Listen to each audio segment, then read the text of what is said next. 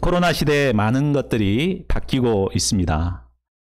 그 중에 하나가 외모 지상주의가 파괴되고 능력 위주로 점점 바뀌어가고 있다는 것입니다.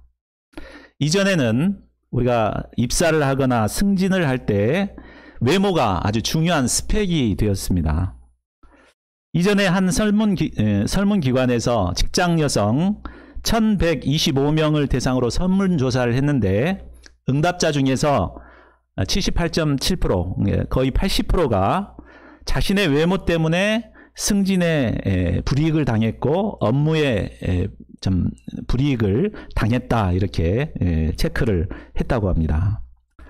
참 우리가 이런 시대를 살아가다 보니까 이 불이익을 받지 않기 위해서 많은 사람들이 외모에 신경을 썼습니다. 아름답게 꾸미기 위해서 다이어트를 하고 화장을 하고 비싼 옷으로 치장을 하고 심지어 성형수술까지 하였습니다.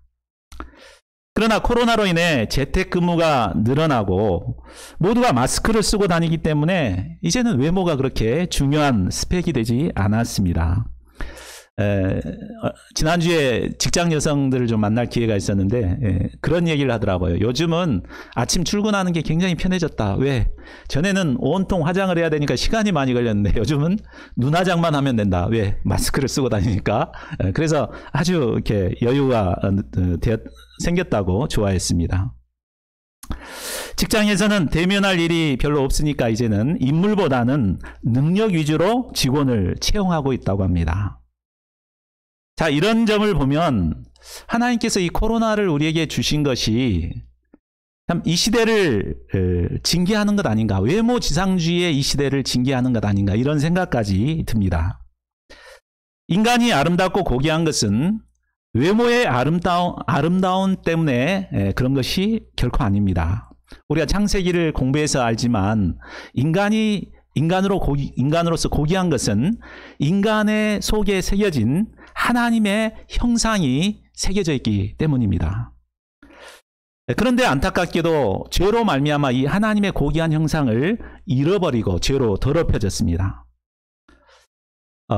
이런 우리가 정말 관심을 갖고 힘써서 해야 될 일은 바로 우리의 내면에 마음을 깨끗하게 하면서 하나님의 형상을 회복해 가는 것입니다. 때문에 예수님께서는 오늘 말씀을 통해서 우리가 정말 관심을 갖고 깨끗하게 해야 될 것이 무엇인가를 우리에게 가르쳐주고 있습니다.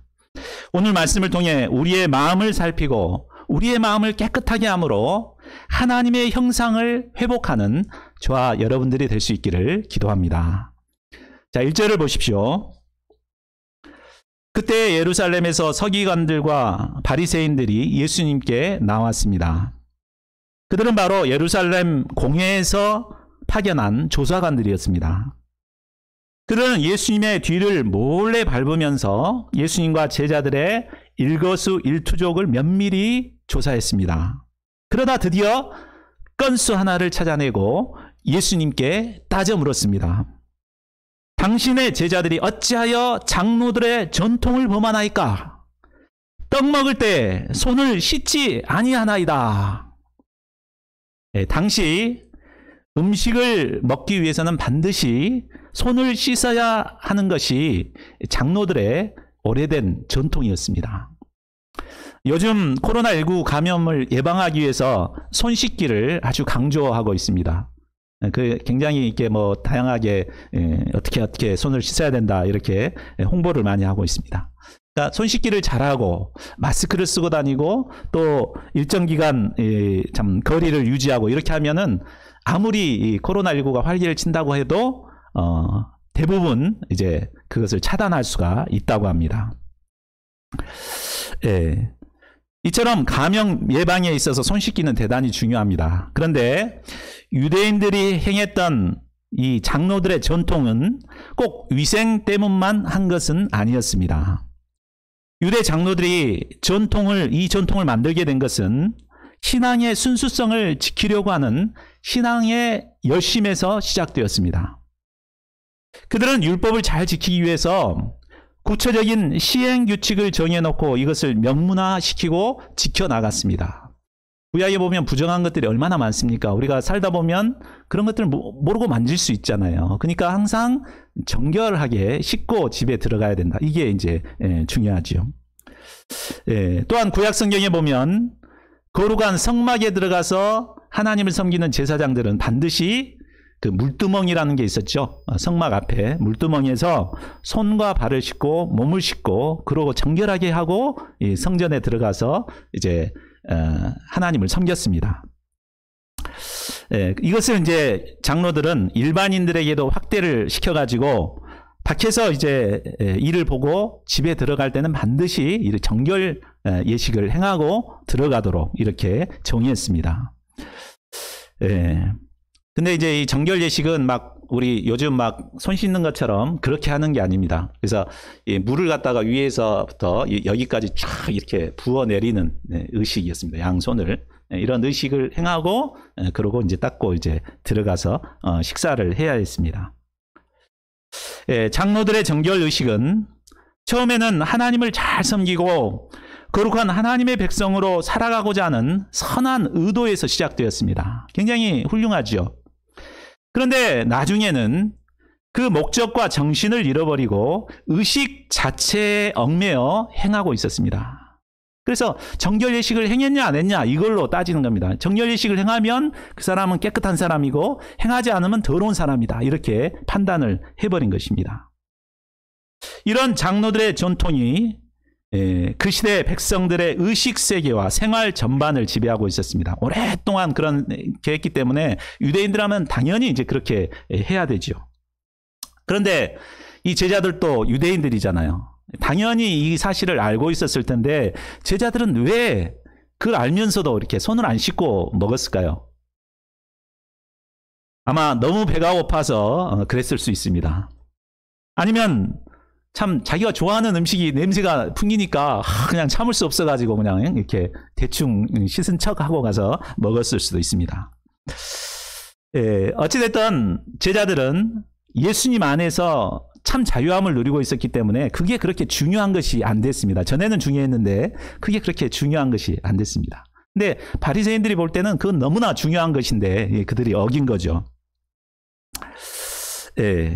그들은 예수님 안에서 자유함을 누렸기 때문에 그냥 더러운 손도 그냥 가지고 그냥 맛있는 음식을 눈치 보지 않고 먹었습니다. 없어서 못 먹지 그냥 먹을 것만 있으면 막 먹었습니다.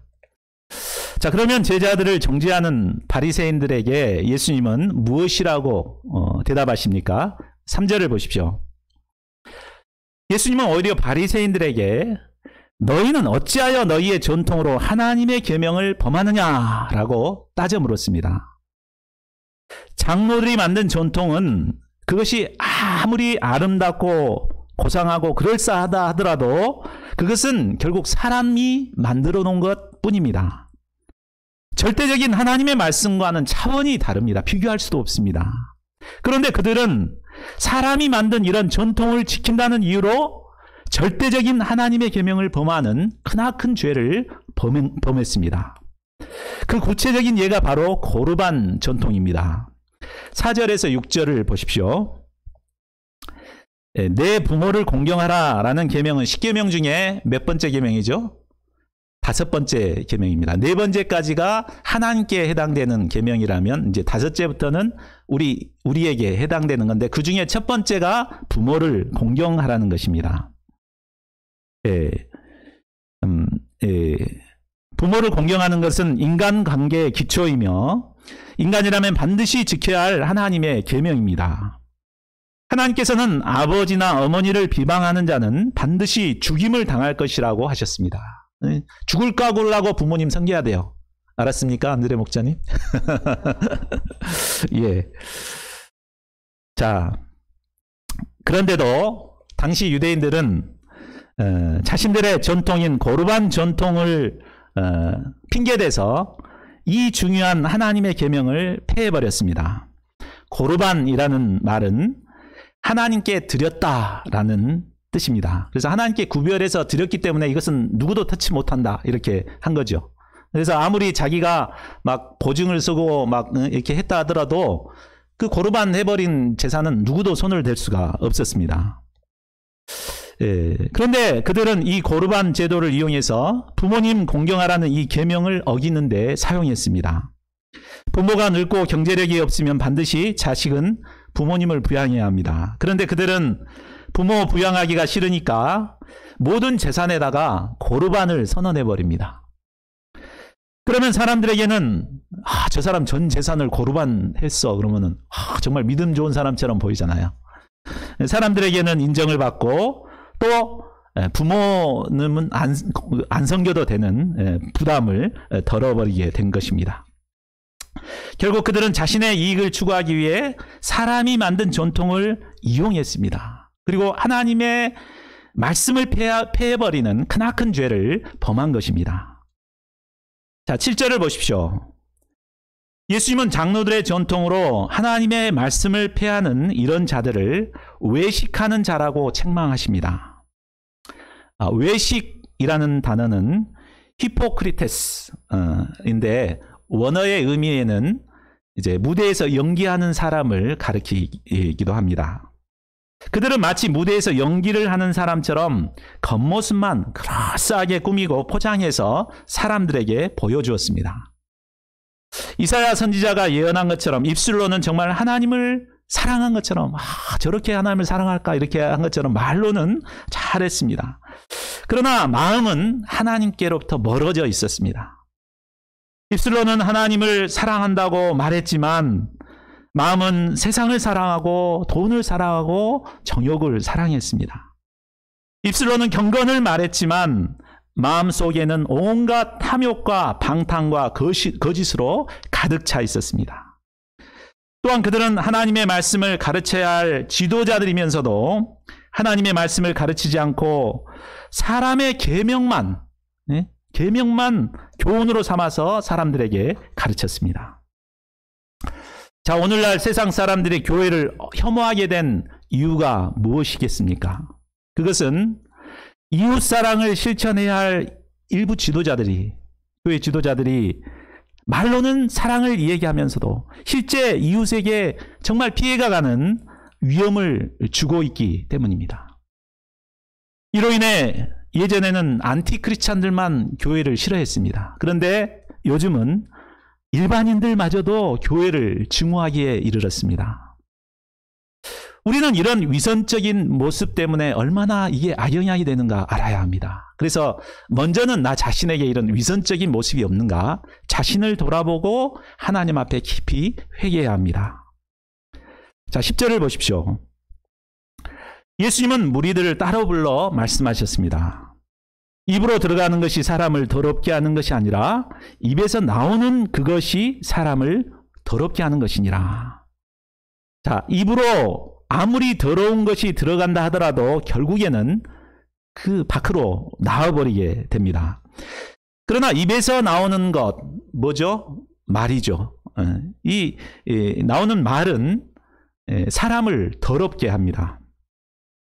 제자들은 예수님의 이 말씀이 바리새인들에게 하는 말인 것을 눈치챘습니다. 그래서 그들이 들으면 걸림돌 되는데 왜 그런 말씀 하십니까? 막 이렇게 나무랐습니다. 그러나 예수님은 조금도 개의치 않으시고 그들이 하나님의 심어놓은 지도자들이 아니다. 하나님이 심지 않는 자들은 결국 다 뽑힐 것이다 라고 말씀하십니다. 자, 14절을 보십시오. 예수님은 결론적으로 장로들의 유전을 중요하게 여기는 지도자들을 가리켜 영적인 맹인이라고 정의합니다. 그들은 장로들의 유전을 앞세워 백성들을 미혹했습니다. 어리석은 백성들은 못 모르고 지도자가 그렇게 말하니까 그런가 보다 그러고 막 따라갔습니다. 결국 그들은 둘 다 구덩이에 빠지는 맹인을 인도하니까 결국 둘 다 구덩이에 빠지는 결과를 낳게 됩니다. 자, 15절을 보십시오. 사람들이 떠난 후 베드로는 입으로 들어가는 것이 사람을 더럽게 하는 것이 아니라 입에서 나오는 그것이 사람을 더럽게 하는 것이라고 했던 그 말씀이 도대체 어떤 뜻인가 이렇게 자세히 설명해 달라고 묻습니다. 이에 아직도 깨닫지 못하는 그들을 가볍게 책망하신 후에 예수님께서는 그 뜻을 설명해 주십니다. 17절을 보십시오. 입으로 들어가는 모든 것은 배로 들어가서 뒤로 내버려집니다. 그렇죠? 우리가 입으로 아무리 참 안 좋은 것을 먹어도 결국은 배탈이 나서 뒤로 다 이제 나오게 됩니다. 그렇기 때문에 그것이 사람을 더럽게 하지 못합니다. 그렇다면 우리를 더럽게 하는 것은 무엇입니까? 우리 18절을 같이 읽어보겠습니다. 18절. 시작. 입에서 나오는 것들은 마음에서 나오나니 이것이야말로 사람을 더럽게 하느니라. 예수님은 입에서 나오는 것들이 바로 사람을 더럽게 한다고 말씀하십니다. 자, 사람의 입에서 나오는 말에는 힘이 있습니다. 긍정적인 말을 하거나 믿음의 말을 하면 자신과 또 듣는 사람에게 굉장히 힘을 줍니다. 그런데 문제는 우리가 믿음의 말을 하고 힘을 주는 말을 하고 싶어 하지만 원치 않게 상처를 주는 말을 한다는 것입니다.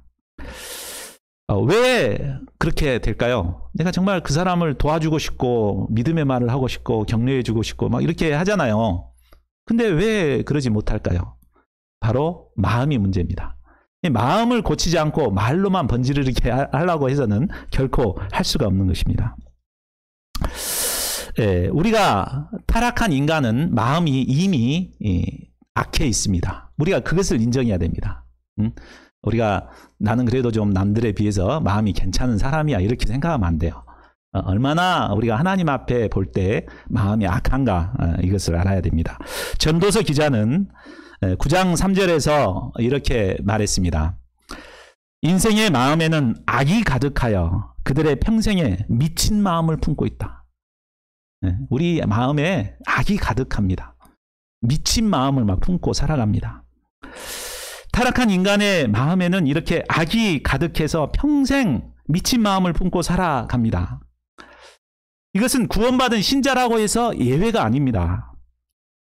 우리가 구원받았지만 영혼은 구원받았지만 아직 육신의 마음은 구원을 받지 못했습니다. 그래서 마음으로는 우리가 하나님을 사랑하고 말씀대로 살고자 하고 믿음의 말을 하고 싶어 하지만 우리의 마음이 악해 있기 때문에 원치 않게 남에게 상처를 주고 또 남을 실족하게 하는 말을 하게 되는 것입니다. 자, 그렇다면 우리 안에 있는 악한 마음은 구체적으로 어떤 것들이 있을까요? 우리 19절도 같이 읽어보겠습니다. 19절 시작. 마음에서 나오는 것은 악한 생각과 살인과 간음과 음란과 도둑질과 거짓 증언과 비방이니. 타락한 우리의 마음 속에는 선한 것보다는 악한 것들로 가득 차 있습니다. 자, 가슴에 손을 얹고 한번 생각을 해보십시오. 우리는 하루 중에 선한 생각만 하고 살아갑니까? 악한 생각을 문득문득 하게 됩니다. 또 우리의 마음에는 미움, 시기, 질투심으로 어떤 사람을 죽이고 싶은 살인감정까지도 있습니다. 또한 간음과 음란의 마음이 있습니다. 남의 물건을 탐하는 저거 내가 가졌으면 좋겠다 이런 도둑질하는 마음도 있습니다. 자신의 잘못을 숨기고자 하는 거짓 증언하는 마음이 있습니다. 또 잘나가는 사람을 보면 시기해서 비방을 하는 마음도 있습니다. 이처럼 우리의 내면을 겸손히 살펴보면 선하고 거룩한 것은 하나도 없고 악한 마음들로 가득 차 있는 것을 보게 됩니다. 이 때문에 사도 바울은 로마서 7장 24절에서 이렇게 절규했습니다. 오라 나는 공고한 사람이로다. 이 사망의 몸에서 누가 나를 건져내랴. 우리가 이렇게 자기 발견하는 것이 참 중요합니다. 자, 예수님은 결론적으로 말씀하십니다. 20절을 보십시오. 이런 것들이 사람을 더럽게 하는 것이요 씻지 않은 손으로 먹는 것은 사람을 더럽게 하지 못하느니라. 결국 사람을 더럽게 만드는 것은 사람의 마음속에 있는 악한 것들입니다. 사람은 마음에 품고 있는 것을 아무도 모를 거라고 이렇게 생각하지만 마음에 품은 것이 불쑥불쑥 입으로 나오게 되는 것입니다. 때로는 말로 막 튀어나오고 때로는 행동으로 나타나게 됩니다. 결국 이를 통해서 자신을 더럽히고 또 듣는 사람도 더럽힙니다. 그러므로 우리는 겉을 깨끗하게 하기보다도 우리를 더럽게 만드는 바로 우리의 내면에 있는 마음을 깨끗해 하기 위해서 노력해야 합니다.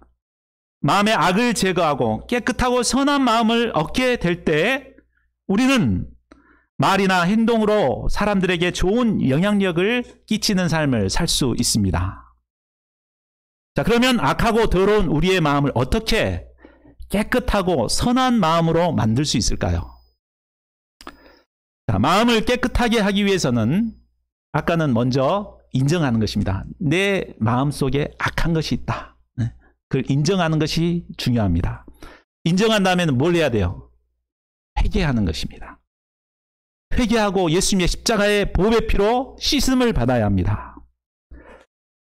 우리의 마음에 어떤 더러운 죄악으로 가득 차 있다 하더라도 우리가 회개하고 예수님의 십자가의 보배 피를 던지며 성령으로 거듭나게 되면 변하여 깨끗한 사람으로 변화되게 됩니다. 히브리서 9장 14절은 말합니다. 우리 같이 읽어볼까요? 시작. 하물며 영원하신 성령으로 말미암아 흠없는 자기를 하나님께 드린 그리스도의 피가 어찌 너희 양심을 죽은 행실에서 깨끗하게 하고 살아계신 하나님을 섬기게 하지 못하겠느냐. 예수님의 보배 피는 우리의 추하고 더러운 마음을 정결케 하는 능력이 있습니다. 우리가 날마다 정말 하나님의 말씀을 통해서 우리의 마음을 비춰보고 이 더러운 마음을 예수님의 십자가의 보혈의 피 앞에 나가서 정결하게 받는 자들이 될 수 있기를 기도합니다.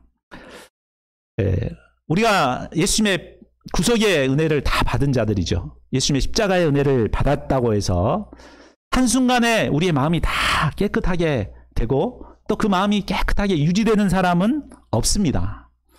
우리는 죄악된 육신의 몸을 입고 있고 세상은 죄악되기 때문에 우리는 가만히 있으면 또다시 죄악된 생각에 사로잡힐 수밖에 없는 자들입니다.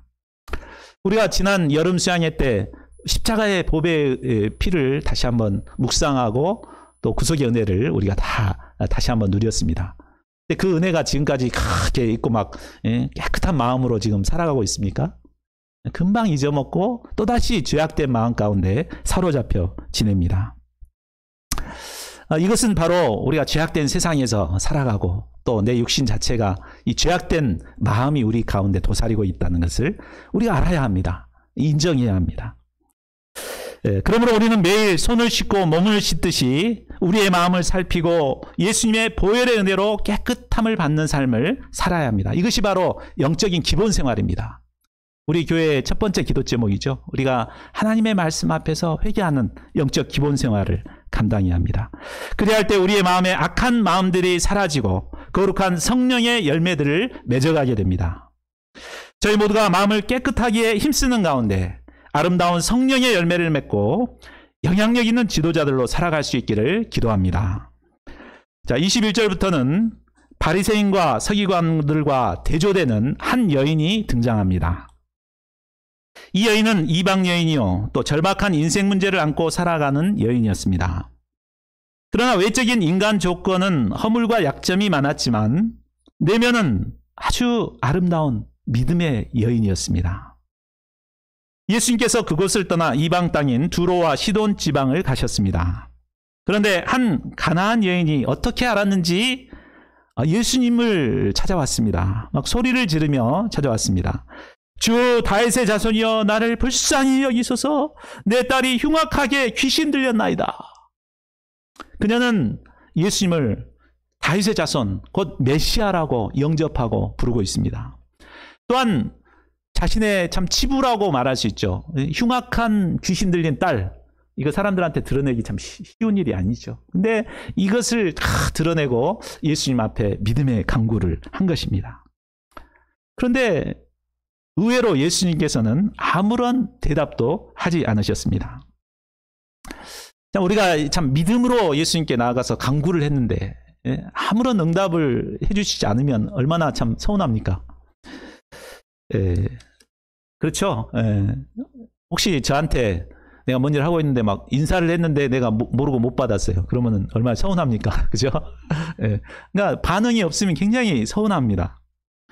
근데 이제 대놓고 이제 아무 말도 안 하니까 참 너무나 힘들었을 것 같아요. 근데 그 분위기가 너무 이상하니까 이제 제자들이 나섭니다. 그래서 아이 소리 지르고 이렇게 하니까 잘 달래서 좀 보내십시오. 뭐 그렇게 이제 요청을 합니다. 평소에는 전혀 다른 모습이죠. 제자들이 오히려 막 사람들 오면 막 못 오게 하고 예수님은 막 끌어안고 막 이렇게 고쳐주셨는데 지금은 상황이 달랐습니다. 그러자 예수님께서 이제 또 침묵을 깨고 말씀하십니다. 24절을 보십시오. 나는 이스라엘 집에 잃어버린 양 외에는 다른 데로 보내심을 받지 아니하였노라. 자, 이 말씀을 풀어서 얘기한다면 너는 이방인이기 때문에 네 딸이 귀신 들렸던 말았던 나는 상관하지 않겠다. 이런 무책임한 말입니다. 참 냉정한 말이죠. 여인이 이 말을 듣고 얼마나 낙심이 되었겠습니까? 그런데도 여인은 낙심하지 않았습니다. 오히려 예수님이 입을 여시자 적극적으로 예수님께 나아가서 절을 하면서 다시 한번 간구합니다. 주여 저를 도우소서. 자, 그러나 예수님은 더 기가 막힌 말씀을 하십니다. 26절을 보십시오. 자녀의 떡을 취하여 개들에게 던짐이 마땅하지 아니하니라. 자, 여기서 말씀하고 있는 자녀는 누굽니까? 이스라엘 사람들을 말합니다. 개는 이방 여인인 그를 말하는 거죠. 그러니까 가나안 여인을 향해서 예수님이 대놓고 너는 개야 이렇게 말씀하신 것입니다. 사실 당시의 유대 사람들은 이방 사람을 개 취급했습니다. 개라고 막 함부로 불렀습니다. 그러나 유대인들이 그렇게 부르더라도 그것은 이해할 수 있지만 예수님이 개라고 말한다는 것은 말이 안 되는 거죠. 아마 여인도 참기가 어려웠을 것입니다. 그래서 어디 개라고요? 어째 개한테 한번 물려보실랍니까? 하면서 막 달라들 수도 있었습니다. 하여튼 참 개 같은 너는 축복할 수 없다. 뭐 이렇게 하신 것입니다.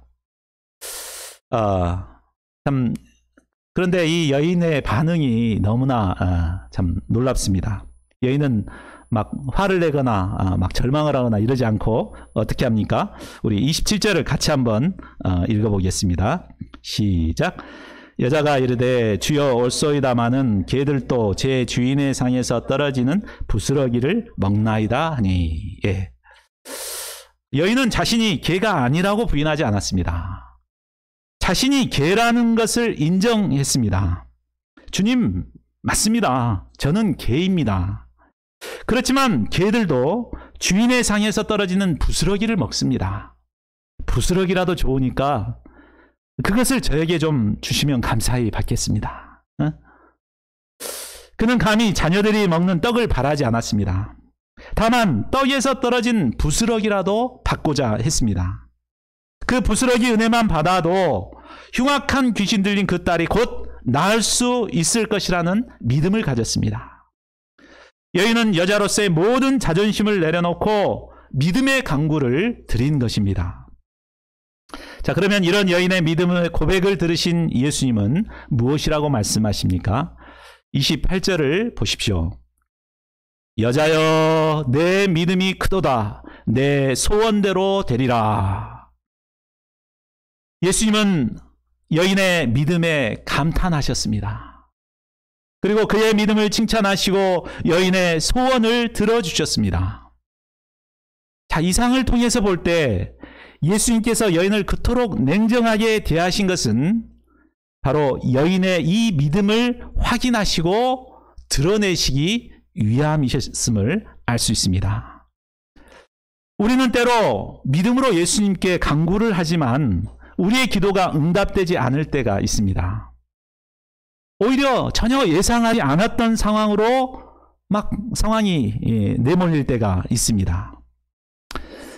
그러나 이것은 바로 예수님께서 우리의 믿음을 드러내시고 믿음을 보기를 원하시는 것입니다.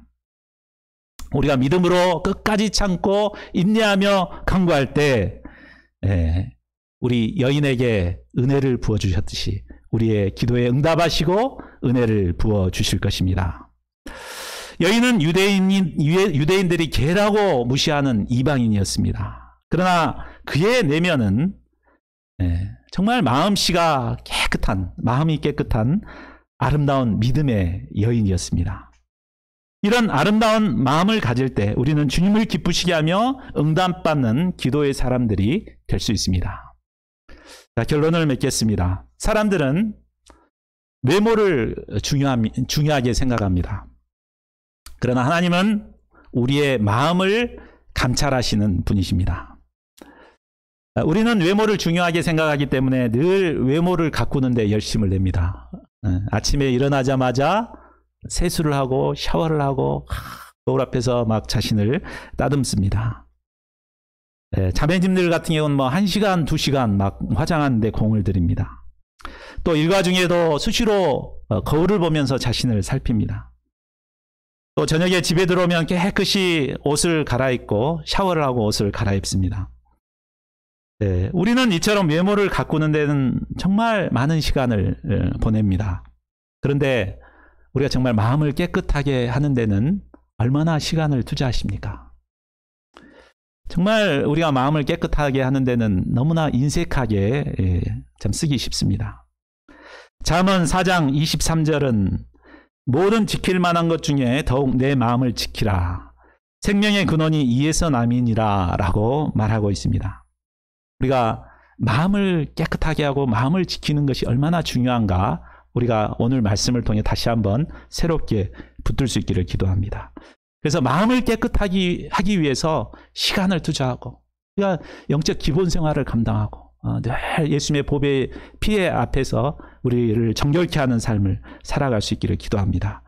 그래야 우리의 내면에 하나님의 형상이 회복되고 날마다 생명력 넘치는 삶을 살아가게 되기를 간절히 기도합니다. 요절 말씀 15장 19, 20절을 같이 읽고 우리 함께 기도하는 시간 갖겠습니다. 시작.